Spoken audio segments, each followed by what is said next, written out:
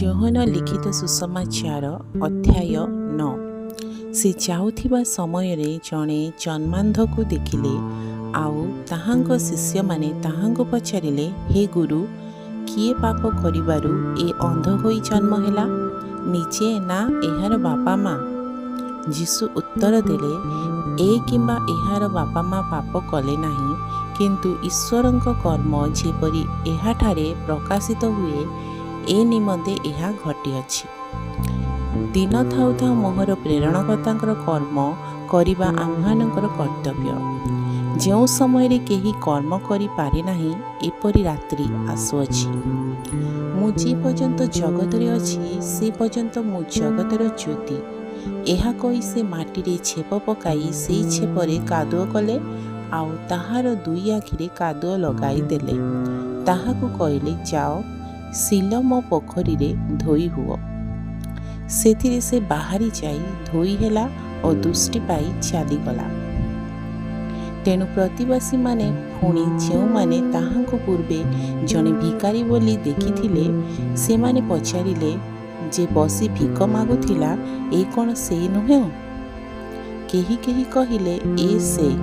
ଆଉ କେହି କେହି କହିଲେ, ନା, ଏ ତାହାର ପରି। ସେ କହିଲା, ମୁଁ ସେହି। ସେଥିରେ ସେମାନେ ତାହାଙ୍କୁ କହିଲେ, ତାହେଲେ ତୋର ଆଖି କିପରି ଫିଟିଗଲା? ସେ ଉତ୍ତର ଦେଲା, ଯାହାଙ୍କୁ ଯୀଶୁ ବୋଲି କହନ୍ତି, ସେହି ବ୍ୟକ୍ତି କାଦୁଅ କରି ମୋହର ଦୁଇ ଆଖିରେ ଲେପି ଦେଲେ, ଆଉ ମୋତେ କହିଲେ, ସିଲୋହକୁ ଯାଇ ଧୋଇ ହୁଅ। ତେଣୁ ମୁଁ ବାହାରି ଯାଇ ଧୋଇ ହେଲି ଓ ଦୃଷ୍ଟି ପାଇଲି। ସେମାନେ ତାହାଙ୍କୁ ପଚାରିଲେ, ସେ କାହିଁ? ସେ କହିଲେ, ମୁଁ ଜାଣେ ନାହିଁ। ସେ ପୂର୍ବରେ ଅନ୍ଧ ଥିଲା। ସେମାନେ ତାହାକୁ ଫାରୁଶୀମାନଙ୍କ ନିକଟକୁ ଆଣିଲେ। ଯୀଶୁ ଯେଉଁଦିନ କାଦୁଅ କରି ତାହାର ଆଖି ଫିଟାଇ ଦେଇଥିଲେ, ସେହିଦିନ ବିଶ୍ରାମବାର। ଅତଏବ ସେ କିପରି ଦୃଷ୍ଟି ପାଇଲା, ଏହା ଫାରୁଶୀମାନେ ମଧ୍ୟ ତାହାକୁ ଆଉ ଥରେ ପଚାରିବାକୁ ଲାଗିଲେ। ସେଥିରେ ସେ ସେମାନଙ୍କୁ କହିଲା, ସେ ମୋହର ଆଖିରେ କାଦୁଅ ଲଗାଇ ଦେଲେ ପରେ ମୁଁ ଧୋଇ ହେଲି ଓ ଦେଖି ପାରୁଅଛି। ତହୁ ଫାରୁଶୀମାନଙ୍କ ମଧ୍ୟରୁ କେହି କେହି କହିଲେ, ସେ ଲୋକଟା ଈଶ୍ୱରଙ୍କ ନିକଟରୁ ଆସିନାହିଁ, କାରଣ ସେ ବିଶ୍ରାମବାର ପାଳନ କରୁନାହିଁ। ଆଉ କେହି କେହି କହିଲେ, ପାପୀ ଲୋକ କିପରି ଏହି ପ୍ରକାର ଆଶ୍ଚର୍ଯ୍ୟକର୍ମ ସବୁ କରିପାରେ? ଏହି ପ୍ରକାରେ ସେମାନଙ୍କ ମଧ୍ୟରେ ମତଭେଦ ହେଲା। ତେଣୁ ସେମାନେ ଆହୁରି ଥରେ ସେହି ଅନ୍ଧ ଲୋକଟିକି ପଚାରିଲେ, ସେ ଯେ ତୋର ଆଖି ଫିଟାଇଲା, ଏଥିରେ ତୁ ତା ବିଷୟରେ କ'ଣ କହୁଛୁ? ସେ କହିଲା, ସେ ଜଣେ ଭାବବାଦୀ।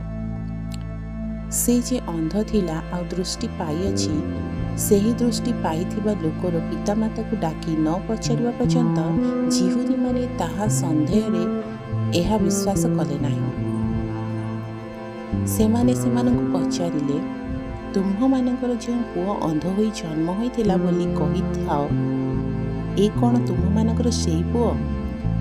ତାହେଲେ ସେ କିପରି ଏବେ ଦେଖୁଅଛି?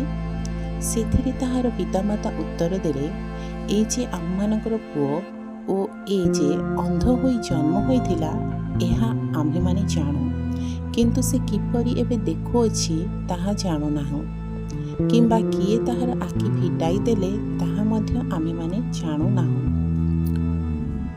ତାହାଙ୍କୁ ପଚାରନ୍ତୁ, ସେ ତ ବୟସପ୍ରାପ୍ତ, ସେ ଆପଣା କଥା ଆପେ କହିବ।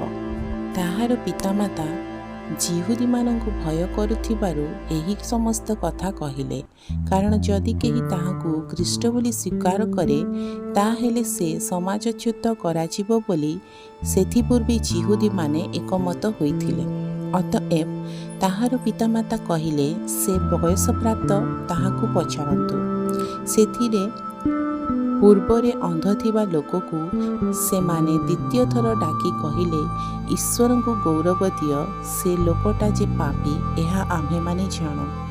ସେଥିରେ ସେ ଉତ୍ତର ଦେଲା, ସେ ପାପୀ କି ନୁହେଁ, ମୁଁ ତାହା ଜାଣେ ନାହିଁ।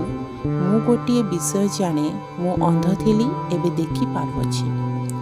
ତେଣୁ ସେମାନେ ତାହାକୁ କହିଲେ, ସେ ତୋତେ କ'ଣ କଲା? ସେ କି ପ୍ରକାରେ ତୋର ଆଖି ଫିଟାଇ ଦେଲା? ସେ ସେମାନଙ୍କୁ ଉତ୍ତର ଦେଲା, ମୁଁ କହି ସାରିଲିଣି, ଆଉ ଆପଣମାନେ ଶୁଣିଲେ ନାହିଁ। କାହିଁକି ଆଉ ଥରେ ଶୁଣିବାକୁ ଇଚ୍ଛା କରୁଅଛନ୍ତି? ଆପଣମାନେ ମଧ୍ୟ କ'ଣ ତାହାଙ୍କର ଶିଷ୍ୟ ହେବାକୁ ଇଚ୍ଛା କରୁଅଛନ୍ତି? ସେଥିରେ ସେମାନେ ତାହାକୁ ଗାଳି ଦେଇ କହିଲେ, ତୁ ସେଇଟାର ଶିଷ୍ୟ, କିନ୍ତୁ ଆମ୍ଭେମାନେ ମୂଷାଙ୍କର ଶିଷ୍ୟ। ଆମ୍ଭେମାନେ ଜାଣୁ ଯେ ଈଶ୍ୱର ମୂଷାଙ୍କୁ କଥା କହିଅଛନ୍ତି, କିନ୍ତୁ ଏ ଲୋକଟା କେଉଁଠାରୁ ଆସିଅଛି ତାହା ଆମ୍ଭେମାନେ ଜାଣୁନାହୁଁ। ସେହି ଲୋକଟି ସେମାନଙ୍କୁ ଉତ୍ତର ଦେଲା, ସେ ମୋହର ଆଖି ଫିଟାଇ ଦେଲେ, ଆଉ ସେ କେଉଁଠାରୁ ଆସିଅଛନ୍ତି ତାହା ଆପଣମାନେ ଜାଣନ୍ତି ନାହିଁ। ଏ ତ ଆଶ୍ଚର୍ଯ୍ୟ କଥା।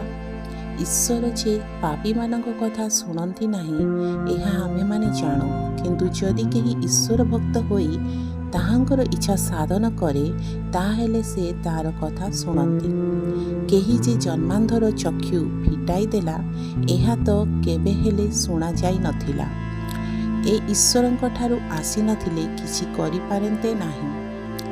ଯେଉଁମାନେ ତାକୁ ଉତ୍ତର ଦେଲେ, ତୁଡ଼ା ତ ପୂରା ପାପରେ ଜନ୍ମ ହେଲୁ, ଆଉ ତୁ ଆମ୍ଭମାନଙ୍କୁ ଶିକ୍ଷା ଦେଉଅଛୁ।